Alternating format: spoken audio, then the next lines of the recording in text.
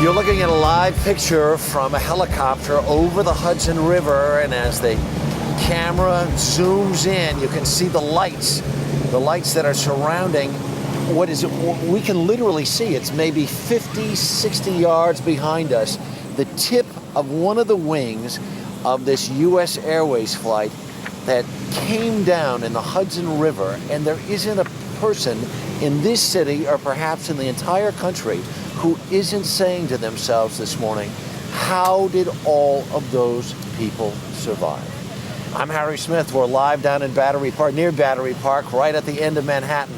We've got an amazing array of stories for you today. I have a couple of survivors we're going to talk to here in a minute, some rescuers, and we're going to take piece by piece the events of what happened yesterday and really try to digest and understand what it means for more than 150 people to walk away from an emergency landing where an airplane may have been going as fast as 150 miles an hour, no engine power whatsoever, and every single person came out alive. So much to talk about. Julie is back in our studio on 59th Street. Good morning, Julie. Yeah, good morning, Harry. What an incredible story. The pilot landing that crippled jet in one piece in the Hudson River and everyone getting out safely. Absolutely incredible, Harry.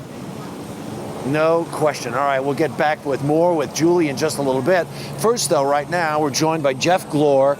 Developments overnight, such a story. We're all almost a little breathless just trying to comprehend exactly what happened back there yesterday. Absolutely we are. I know you were here on the crash scene soon after it happened. Yes. I was actually in the sky in a different plane. And when you first get word that this happened, you think the worst when the plane goes down. Then you realize that everyone here survived. It is still hard to believe.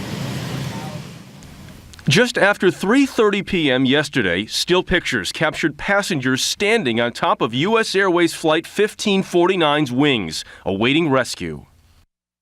At 3:26 p.m., the Airbus A320 took off from New York's LaGuardia Airport, headed for Charlotte, North Carolina. The plane climbed on its normal course, but less than 4 minutes into the flight, the pilot radioed air traffic control and reported a double bird strike. Less than 2 minutes up in the air, it was a big boom. Everybody smelled smoke. With both engines dead and all power lost, the pilots still managed to make a sharp turn south as controllers tried routing the plane back to LaGuardia. But with the plane rapidly losing altitude, the pilots steered the plane out over the Hudson River, passing just 900 feet over the George Washington Bridge. The captain came on and says, "Look, we're going down. Brace for impact." 7 minutes after takeoff, the plane crash-landed in the narrow Hudson.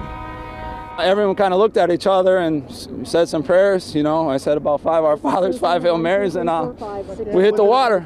As the aircraft began to sink in the river's frigid current, the 5 crew members evacuated all 150 passengers. As ferry boats, members of the Coast Guard and divers came to their rescue. They did a phenomenal job getting everybody out. Remarkably, there were no life-threatening injuries. We were primarily dealing with was hypothermia and submersion.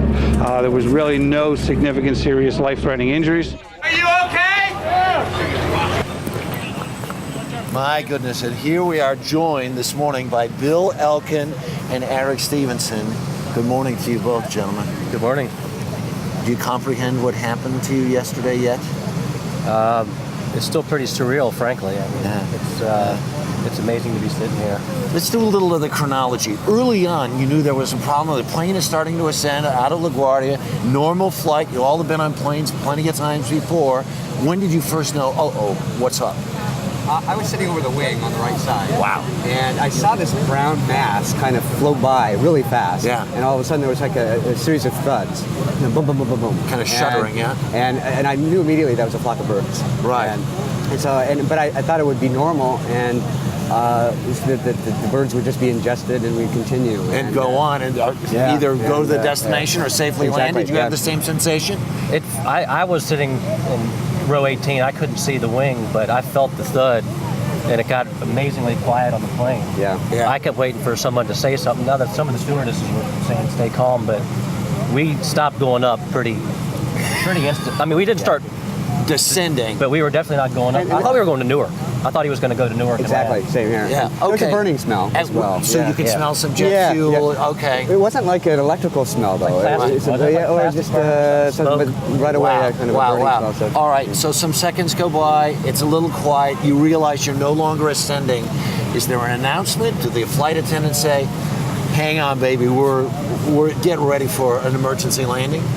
Or do you remember? Yeah, I only heard one announcement. There was only one announcement. And then the pilot came on and basically said brace for impact. Brace for impact. Brace for impact. At that point, I was looking out the window and I could see Manhattan going by, and I can see the water, and I'm thinking, I thought this is it. Yeah. I mean, Yeah, and I don't know what you thought. You're right over the wing. right over the wing. Are you thinking at this point, we're going to survive this? Or are you thinking at this point, I'm not going to, how do I survive this? It was the most incredible feeling to think that that really could be the end. And I took out a business card and wrote a quick note to my family and shoved it in my pocket because I thought that If they found your body, yeah, the note would exactly. be there. And Do you so- remember what you said? Yeah, I can show it to you if you want. While to see you bring it All right. out, let me ask you. So this thing, what did it feel like as it's hitting the water? Do you have a recollection? It's been a lot of years since I've been in a car accident, but it was a pretty hard hit. And after we hit, everybody was tucked, at least where I was sitting. Right. The plane was packed, and it sort of threw us around, I think, maybe to the right, kind of like that. Uh-huh. And then it stopped, and I thought, I'm alive. And then everybody was sort of up, and my boss was on the exit row and had his handle on. He was the first one out on one side. Uh-huh. And then people were. I thought it was relatively. Was it orderly. relatively orderly? It getting up? was. Yeah. The biggest terror I had was being next to the wing. I kind of felt us dig in a little bit, Yeah. and I thought the plane might cartwheel, Sure. and Yeah, I then we would thought go like over. that. So What did you write on your note? This is to my mom and my sister. I just said, "Mom and Jane, I love you," and then I shoved it in my pocket because I didn't know how much longer we had. So. The doors open. You're on the water. It's less than 20 degrees outside. You trundle out onto the wings. Are you standing in water at this point? There was some water lapping up right at the base of the wing because the wing angles up a bit, and people were moving out to the end of the wing. Yeah. And at one point, a helicopter came by, and that ended up spraying water onto the wing. And This because guy of the thinks temperature, he's doing the right thing. right? He's everybody soaked. And it's making worse. And then it was freezing, so people Right. started slipping because it formed ice on the wing. Neither of you fell in the water. No, but my first real fear of terror after being down and thinking I'm alive is by the time I was in the middle seat, when I got to the aisle, the water was already over my ankles. Oh my Lord. And I thought, Oh my Lord. I can't believe I survived that, and now I got to deal with this. Sully, this captain, what do you have to say to this guy about how he managed to put this plane down? I was in the life raft with him at the end, and he was amazingly calm, and I gave him a hug, and I said, "You're my hero."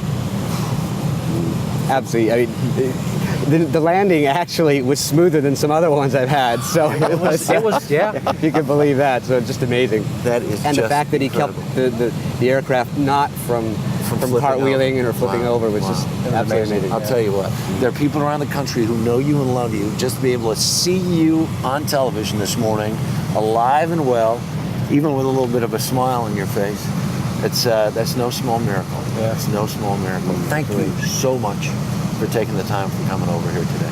You're welcome. I'm really glad to see you. Really glad to see you. We're glad to see you.